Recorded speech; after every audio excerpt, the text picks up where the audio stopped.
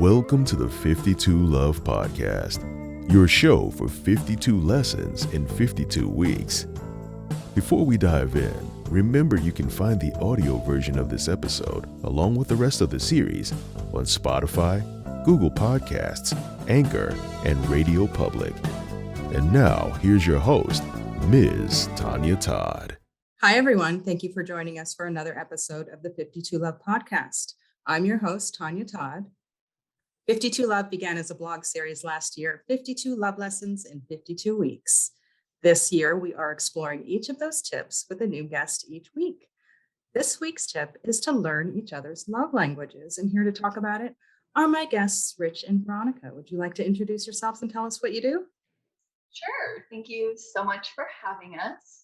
It's my very first podcast. If you can believe that. First podcast. Oh, I'm your first. How exciting. Yes. I thought you would be excited. That's why I'm sharing. Yes. I won't be gentle. I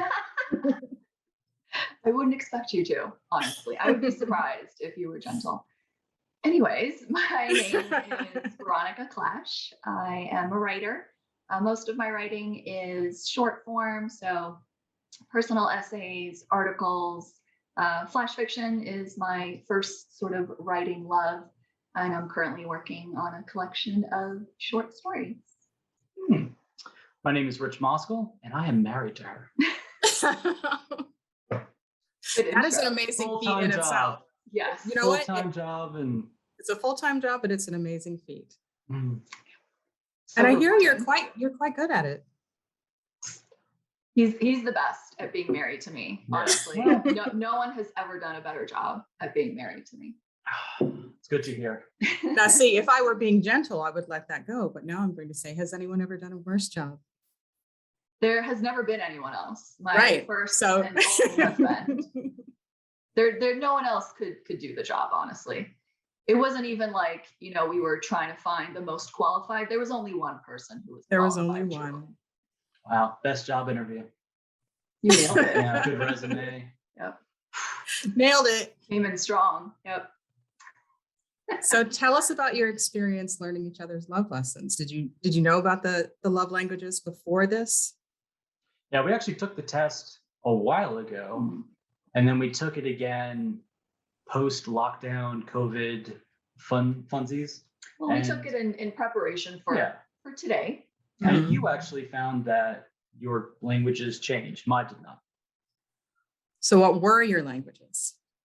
So when we took it, I think it was a couple of years ago, initially my number one was acts of service. And then close second was quality time.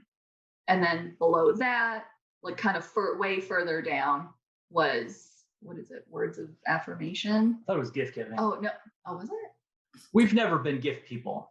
Both of us are like 5 to 7% gift people. We're not. Yeah. Gift giving was at the very bottom.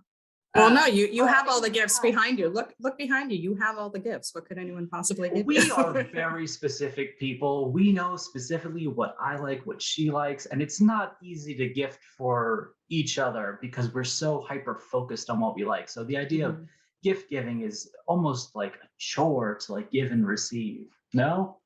I don't know if it's a chore, but yeah, it's hard. It's hard to find a good specific gift. But yeah, I think maybe touch was like number 3, and then words of affirmation, and then gift giving. This time around, the number 1 and number 2 switched. So number 1 is now quality time, and number 2, still close behind, is acts of service. Now, how much of that do you think is because of lockdown, or because you have this incredible husband who has nailed the acts of service, and so that's being met, you don't really long for it anymore? Oh, I didn't even think about that. Oh, that's a really good point. I didn't even think This that. is why she hosts. Yeah, that's right. Yeah. She also nailed the job interview. Hundreds honestly, all around. I thought it had to do with lockdown, with You spend so much time together, you just kind of wanted to keep going, right? Yeah, like I loved all the time that we got to spend together, and honestly, anything that I do is better if he's there doing it with me. It's true. So I think being together so much during lockdown, to me, I was like a pig in mud, just like, yes, give me everything. Let's do everything. Lockdown is the best. Yeah. What are some of the things you did? What did you do to enjoy your lockdown time together? We watched a lot of movies that we haven't seen in a while, TV shows that people always talk about. We did stuff around the house too. Yeah. I heard that the two of you are good at binging, like you binge hard. Yeah. And you got to be careful. There's some shows you can't binge. It's like you go down like a weird mental spiral where you just not good. Yeah. Yeah, you got to be careful. You got to choose your binge well. Yeah. At least you had someone to do it with you. Yeah. Yeah. But yeah, we're couch people, so just spending that time together. He'd be playing on his phone. I'd be reading a book or also playing on my phone. We took out the vintage video games. We played a Nintendo 64 for the first time in a while. I got motion sickness. Yeah. Oh, wow. Yeah, if you try and play vintage video games on a 1080p TV, you just see blocks. And she's doing this. I had no idea. It's like a slide with Mario and penguins, and I'm just like, yeah, that's not good. So yeah, it was just nice because we're by nature, I think we're both homebodies. So just to be at home all the time, he was cooking a lot, and I really love his cooking. So it was just a treat just to be around each other. More acts of service, right? Yes. But yeah, you bring up an interesting point. Maybe it is because he is so good at the acts of service that I'm like, I feel fulfilled in that part. Let's give something else a chance. Yeah. I mean, I still like it, but I'm good there. We've hit a maximum. What about you? So I was number one was physical touch, and then the next one was quality of time. The two in the middle mean nothing to me, but I find gift giving being the bottom one and how small it was humorously rememberable. Well, the thing about quality time is you can get that physical touch in while you're doing it. And it doesn't have to be sexual. You could be sitting there cuddling and watching television while you're both feeding into that love language. Well, here's an insight into us. We will put something on the TV. I will grab a pillow, throw it on her lap, put my head on the pillow, and then she will run her hand through my hair. And that is like that physical touch where it's just like, I'm almost like a cat at that point. And, we jive. You know how, like, I was thinking about it again and mentally preparing for today. I was thinking about, that moment of us on the couch, and it really made me think too, before we were together, we were very good friends and I was very much in love with him. So any opportunity that I had to, touch him was so electric and exciting. And because he is such a touch person, again, we would be in his dorm room, just watching TV or, eating whatever. And I would just run my fingers through his hair as kind of like a soothing thing. Friends don't do that. I don't know why I thought that was like a friendly touch. Yeah. But it's weird though, like, cause like when you have a close friendship group, they'll put your hand on your shoulder, they'll put your arm around you, and you'll have that sort of touch, and that's fine. But like, if you come across like someone in passing or almost a stranger that you're there with, or it's like an acquaintance and they want to like touch you on the shoulder, I'm like, whoa, no touch. Right. Like, what are you doing? Boundaries. Well, what boundaries, like space. But like with friends too, like, they can put your arm around you, and stuff like that, and it's fine. And so maybe it was just one of those moments of like, well, it's not that. Yeah, you keep telling yourself that. Sure, whatever. Yeah. It worked. Well, I don't know if that's what worked, but it definitely, I always think about like, that's how I feel like I first maybe wormed my way into a corner of his heart. Small corner. All that physical touch. What's the awe? The idea that you had to worm your way in. You're delightful. You don't need to try and like catch me like I'm an animal laying a trap. No, I didn't have to do that. This is consensual. We're putting that out right now. This is a consensual relationship. It's a I'm not consensual being held marriage. against my will. Yeah. We're okay. Blink twice. Right. Blink twice if you're okay.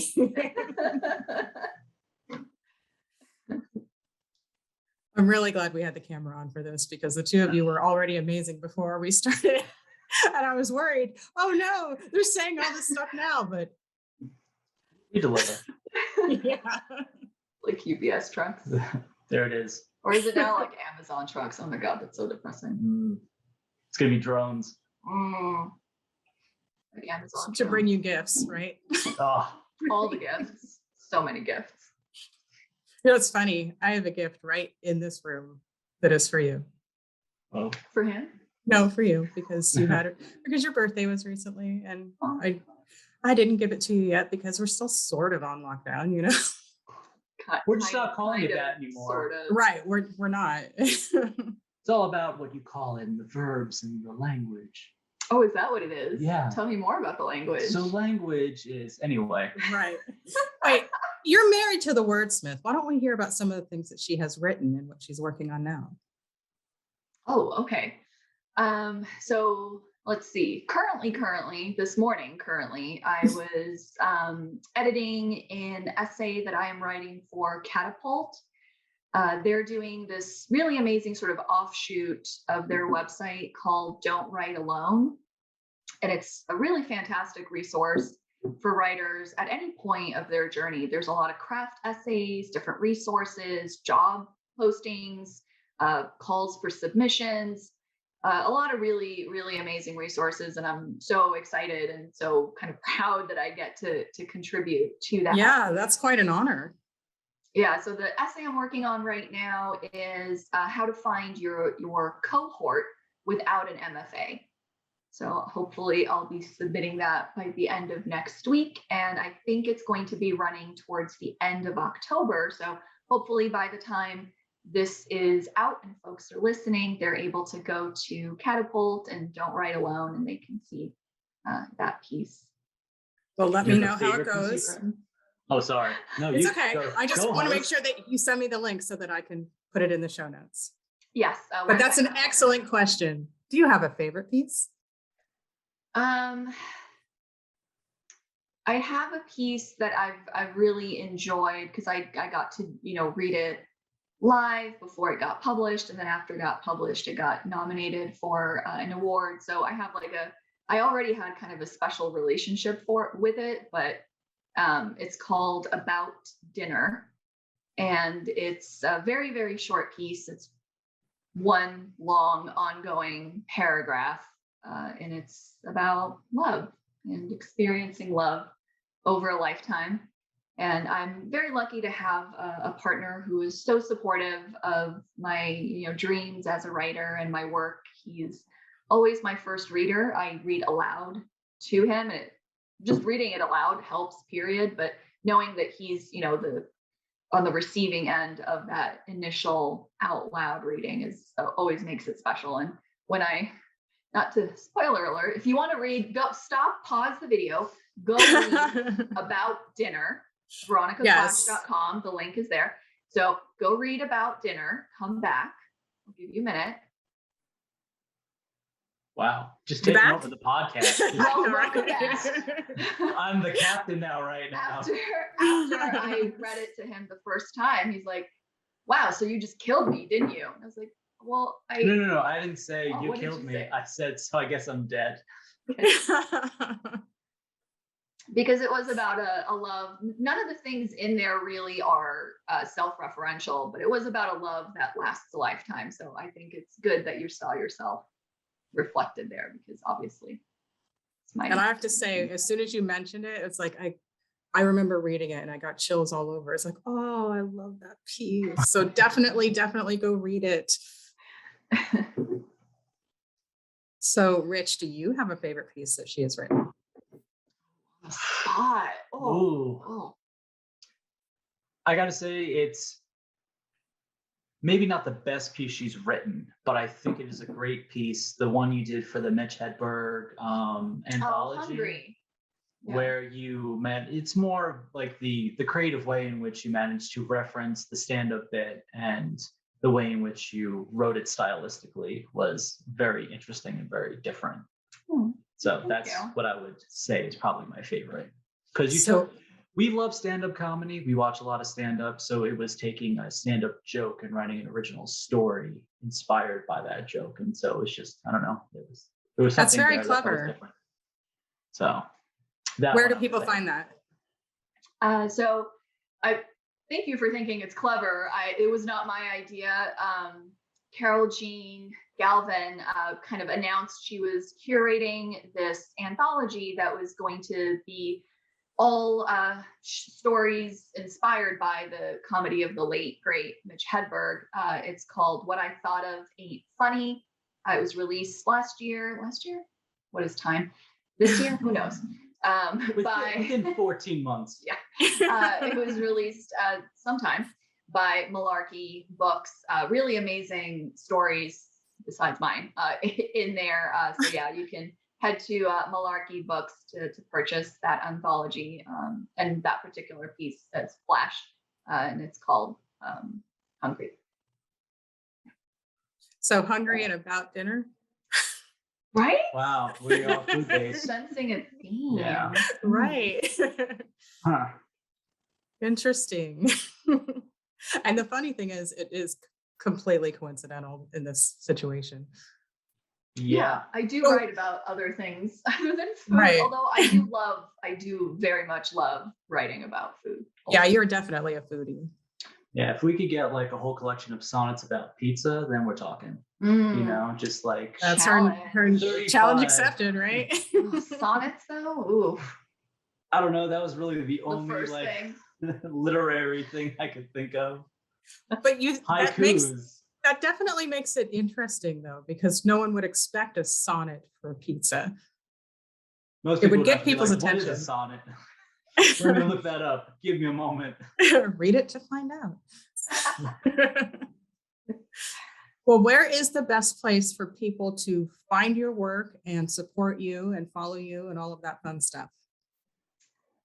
So veronicaclash.com is my website. You can read all of my work there. I'm also on Twitter at Veronica Klash. Twitter is kind of where I hang out the most these days because it's requires the least amount of effort, honestly. It's a great place to share work of other folks that I really admire and am enjoying. So if you want to find out what I'm thinking that morning and also find out what's a really great piece of flash fiction to read, follow me for that. I'm also on Instagram, but honestly, I'm not super active on Instagram these days. Because you can't go and take a picture of anything. Right. Yeah, there's just like so these many are things around my home. Yeah, there's so many. I tried doing that at like the beginning of the pandemic. I was like, I'm gonna feature different things in our house. Obviously, we have a lot of things in our house that I think are super cool looking. But I don't know, I got over it like really quick. Yeah. Well, thank you both for. Oh, sorry. Go ahead. No, please. I was going to say, you take an Instagram photo of something you really care for. You're like, oh, this is a beautiful piece of artwork, or this is my favorite novel and my favorite coffee cup. And then like 10 people are like, yeah, that looks cool. You're like, screw all of you. You don't like my things. This is the best book jacket in the world. And 30 million people didn't agree. Like, no, you get nothing. Speaking of jackets, do you want to explain your couples codes going on right now? No. No. And it's I won't we're not going to go into detail. It's enough that we're wearing matching, but they're not just jackets, it's actually tracksuits. Yeah, there is a pants element. Wow. And you can't see the pants, but you'll have to trust us that we are wearing the pants. And do they match? No, we are. Yes. Do they? It's the same exact thing, but as pants. That is a spectacular visual. For everyone. Yes. That is your incentive. If you are actually listening to the show instead of watching it, you need to see the video on this one because you need to picture the full tracksuit. Number one, these tracksuits exist. Number two, you're both wearing them. That's awesome. But what else for the people that are listening but can't see? Is there a tiger? Are there toucans? Is there gold trim? You will only find out if you visit the 52 Love Podcast YouTube channel. Yeah. Which does remind me, will you please spell your website to make sure people are getting the Klash correct?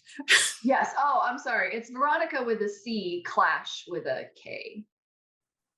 It wasn't until he mentioned YouTube that I thought, you know what? Not everyone Yeah. knows. Yeah, I should have. I normally do say Veronica with a C, Klash with a K, because people assume We're having way too much fun to be, completely professional and remembering to, thinking about. to Yeah, cross eyes and cross eyes and dot T's. See where we are today? See, now we've entered into the part of the interview where it's like the extended edition, where it's Right. like, Yeah. those late night TV where it's just like, this went on for way too long. So we're putting the rest on YouTube. The and bonus. separate. Yeah, it's the unextended cut. All the cuts. All the cuts. All the So cuts. All the cuts. Deep cut. Deep cuts. Deep cut. Ooh, I like that. It's a slasher. It is, well, I was going to say, we're at that like Halloween time. Not by Yes. the time this, people are listening to this. I guess we're always at Halloween time at heart. Right. Is it Aren't we? ever not Halloween time? There's pumpkins everywhere. They started putting stuff out at like the end of August. That's true. Yeah. I do love a good pumpkin thing. Yeah, I'll rant that I went to the supermarket. Count Chocula is already sold out, but they had it in August. Count Chocula? Like Yeah. pumpkin Count Chocula? No, just like regular Count Chocula because it's Halloween. They bring it out at Halloween. Ah, what? Some people are under the misconception that vampires are just for Halloween. I didn't realize Count Chocula wasn't a year-round thing. No, That it's not. They seems bring kinda it at sad. the holidays. Thank you everyone for watching and listening. If you enjoyed this episode, please like, share, and subscribe. Let this adorable couple know how much you enjoyed their appearance in the comments. And until next time, remember to treat love like a verb.